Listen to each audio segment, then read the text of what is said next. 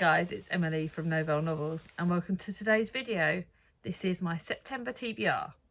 Now, as you would have well seen on Monday, which is the day that I'm filming this, I'm running a bit late with my filming this holidays, Charlie has already picked 6 books for my TBR.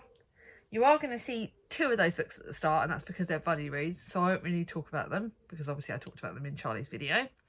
And I've got extra books because you know me. Some of them are series books, some of them are TBR jar, but I've got my TBR jar pick, and I've got my Tudor along book. And I did on top of all this, because yet again I've set myself a massive TBR, but I've been really gentle with myself with this TBR because they're not books that I'm particularly dreading. They're all books I'm excited about. I know that I've read less in August because of the summer holidays, but September they're back at school. There is no kids off in September apart from like the first day I think. That's it. So we're going to be able to get back to reading. I've got Chris's birthday on the 11th, so I'll be off that day with him, and then we're going out to lunch on the 12th as a date, which I can't wait. We've also, September's the month that we do me a secondary school visit, which is quite exciting and petrifying all at the same time. On their second, when they go up to school, they get my kids are lucky. They go back on their second after they say Mom's lucky. They go back on the second. I can see me being an emotional mess because Mia is starting her last year at primary. Thomas is going into the Key Stage 2. So as a mum, it's going to be an emotional month. But they're back at school and I will have time to breathe, have time to film. I've literally only just finished planning September's videos. I am behind on my filming. I'm behind on life in general. And this, as you well know from the catch up, this has been a really tough month. So I am hoping September is better. Literally crossing fingers and toes. Now the weather today is not as good. It's literally grey, so I can predict rain, and my niece predicting rain. But enough rambling, let's get on with the books. I'll start off with my buddy reads, then let's get the TBR jar done. Sneaky peek, TBR jar stuffed me up again. I think if you would have seen from the wrap up part 1, I ended up DNFing the book. And yeah, it was really weird because I thought the TBR jar had been nice to me for August, and it was. So I'm really hoping the TBR jar is going to be nice this month. But anyway, the first one of my buddy reads is The Thief Who Sung the Storm by Sophie Anderson, which I'm buddy reading with my sister Charlie. Cannot flipping wait for that. The second one is Such a Fun Age by Kylie Reid, which I'm buddy reading with the lovely Gemma from Read a Book Gem. Find her on Instagram nowadays, but she's brilliant. We're going to buddy read that. And then last is my first single buddy read with Jack from Spread Book Joy. I love Jack. She is one of my booktube besties, part of our book waffle group, and she is amazing. I bought this book. I just thought a cat book for September, perfect. The Travelling Cat Chronicles by Hiru Arakawa. And this is apparently the cats talking in this book, so it's going to be quite fun. It's not the journey that counts, but who is at your side. Nana is on a road trip and he's not sure where to. All that matters is that he can sit beside his beloved Satoru in the front of his silver van. Satoru is keen to visit 3 old friends from his youth, though Nana doesn't know why, and Satoru won't say. Set against the backdrop of Japan's changing season and narrated with a rare gentleness and striking humour, Nana's story explores the wonder and thrill of life's unexpected detours, and knowing where to give and where to take. This looks bloody good. Cannot wait to bloody read that with Jem. Not Jem, Jack. I am not making sense today. Then it is the 6 Tutorines Jane Seymour. I think I already read this I read this not too long ago, but I was given this by the lovely Ange from Angie's Book Chatter because she's amazing. And we're going to be reading this over September and October. Before I forget, I am also going to be finishing my book with the other Charlie. We're going to be finishing off The Way We Live Now by Anthony Trollope. But this is going to be the one that starts September and October. And this is 11 days after Anne Boleyn, Jane Seymour is set to marry the king. She has witnessed the danger and deceit that lies behind courtly play, and she knows she must bear a son or face ruin. She's the one we don't know very much about because she died very quickly. So this is her story before she marries the king and what leads up to her death. So this will be very interesting. I'm really looking forward to reading that with the Tudor along. And now let's get on with the TBR jar. I don't want this video to be too long because I want to get on reading. Right. Oh God, I don't know which one to go for. Okay. Guys, prepare, I'm scared. Dun, dun, dun, dun, dun. Stuffed me up. The House of Mirth. Didn't I read that? No, I didn't read that. It's a classic. It stuffed me up in the fact that it's a classic, but it's a short classic. So it's The House of Mirth by Edith Wharton. So it's a short book. That's got to be good. I didn't like Ethan Frome, but Tori from Hufflepuff Discovery said that The House of Mirth is really good. It's literally only 300-something pages, 329 pages. Don't know much about this. It's a black comedy of manners and vast wealth, and a woman who can define herself only through the perception of others. The beautiful Lily Bart lives among the nouveau riches of New York City, the people whose millions were made on the railroads, shipping and land speculation. I don't want to know too much, but that does look really good actually. It's a 20th century classic, so should be really good. Let's hope that one's nice. Let's hope the TBR jar's done well for me. So I don't really need my notes now because I know about the other books. But yeah. TBR jar's not done too badly. Edith Wharton could be a hit or miss. I've been really missing on the old classics at the moment because my head's not in the right space for classics. So it could go either which way. But now I've got 2 books that are part of my series books. I'm getting there with the series. Next year I'm going to be a bit more gentle on myself. One is one that I know is going to make me cry, and that is A Nightingale Christmas Carol. And this one we go back to London because the last month's book we were in the countryside. And this one we've gone back to the Nightingale Hospital in London. With her husband Nick away, Dora is fighting to keep the home fires burning, but can she find it in her heart to care for her enemies? Oh, because there's German prisoners of war to come in. Fellow nurse Kitty thinks she may be falling for a German soldier, whereas Dora's old friend Helen returns from Europe with a dark secret. So this one focuses around Helen, Dora, and we've got a new nurse, Kitty. So let's hope this one's good.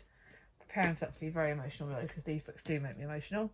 But on the other side, a book that I know I will love, and that's because it's a Debbie Johnson, The Gift from the Comfort Food Cafe. You know I love this series, and this is growing up. Katie said and didn't feel like the easiest childhood, but since she moved to the village of Budbury with her son, and we met these guys really a lot in the first book, and we're going to be revisiting them. She's found a new family, a family who are brought together by life's unexpected rose and the healing magic at the Comfort Food Cafe. This year, Katie's new friends are determined to help her put the past behind her, and a gorgeous newcomer in town, Katie's wish for a happy home for her and her son might come true. I know it's a Christmas book, but I can't wait. It's one I'm really looking forward to. Then the Page Tune book that I thought I was going to be reading in July, and didn't because Page Tune changed it up. And this is The One We Fell in Love With. So I've talked about it in another video, but this is about 3 different women.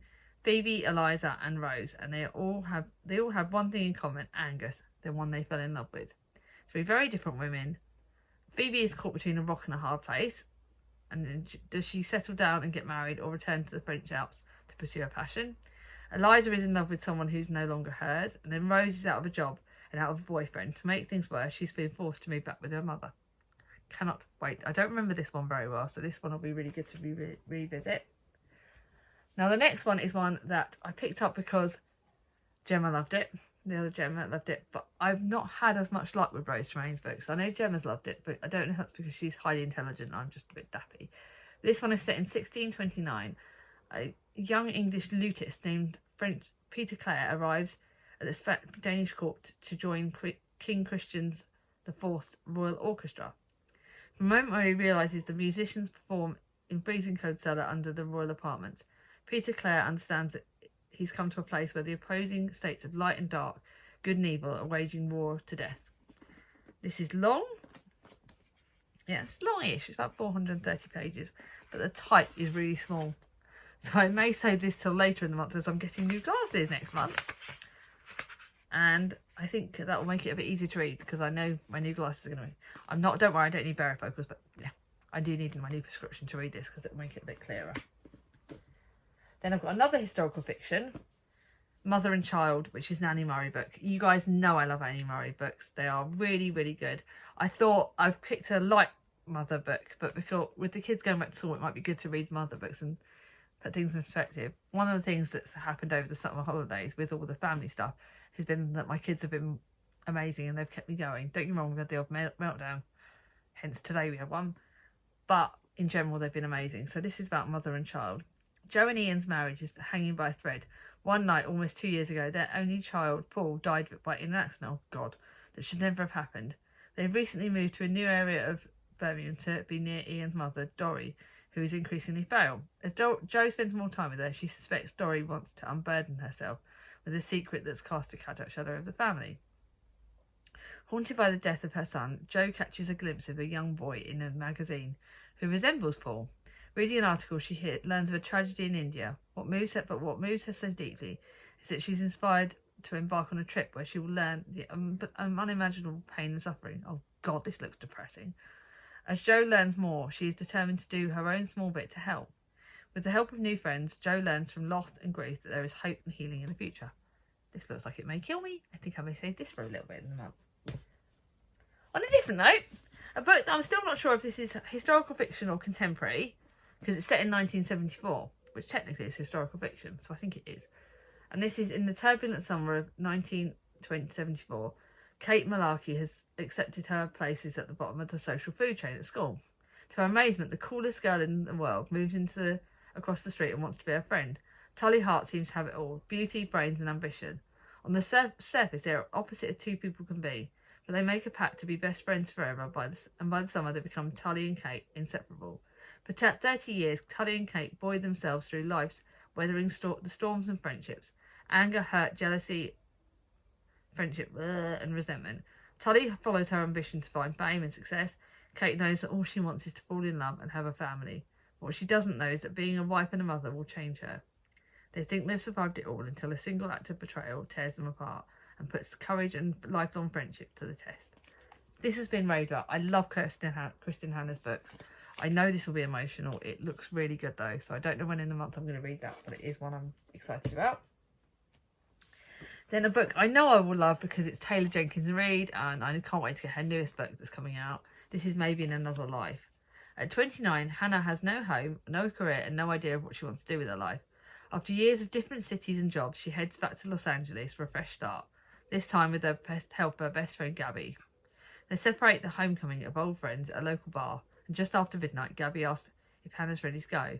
Moments later, her high school boyfriend, Ethan, offers to give her a ride.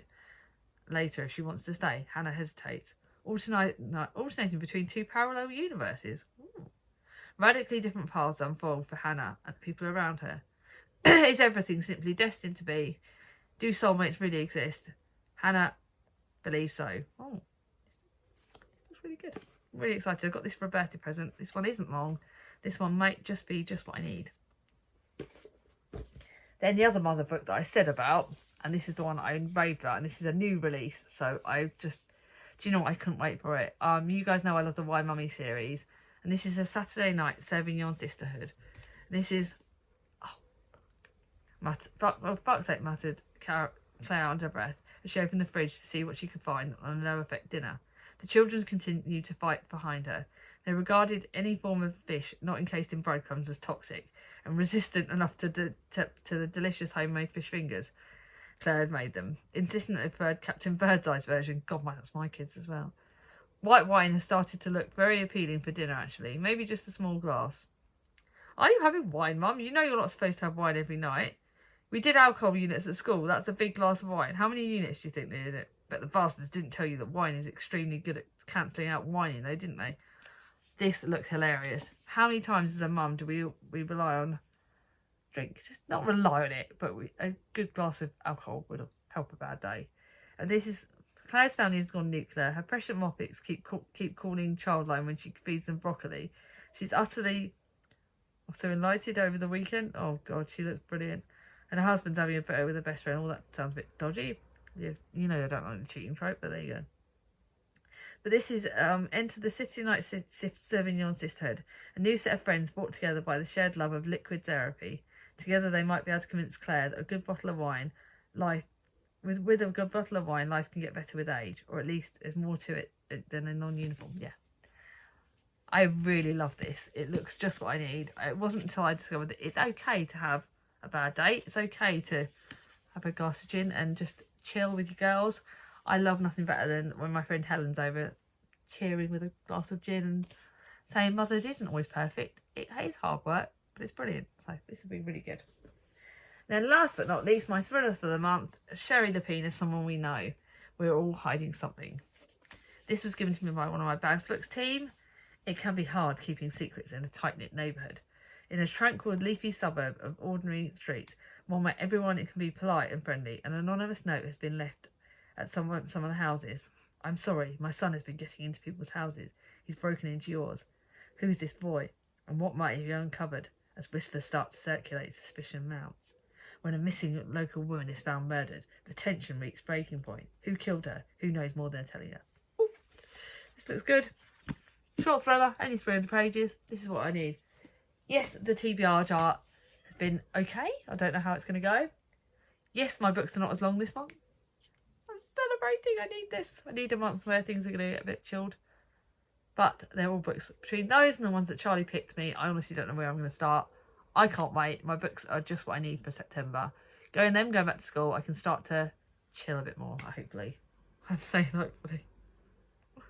It may not happen, who knows? But what books are you excited about in September? Are you got any books that you're like, that you think I should shoot up the TBR? I will obviously link my Charlie Brook picks my books down below. But yeah, which books of these do you think I should push up and read at the start of the month? And which ones do you think I can possibly wait a little bit longer? Let me know down below. If you like this video, give it a thumbs up. If you're new to my channel, not subscribed yet, ring on my ding-a-ling. And I'll see you all soon.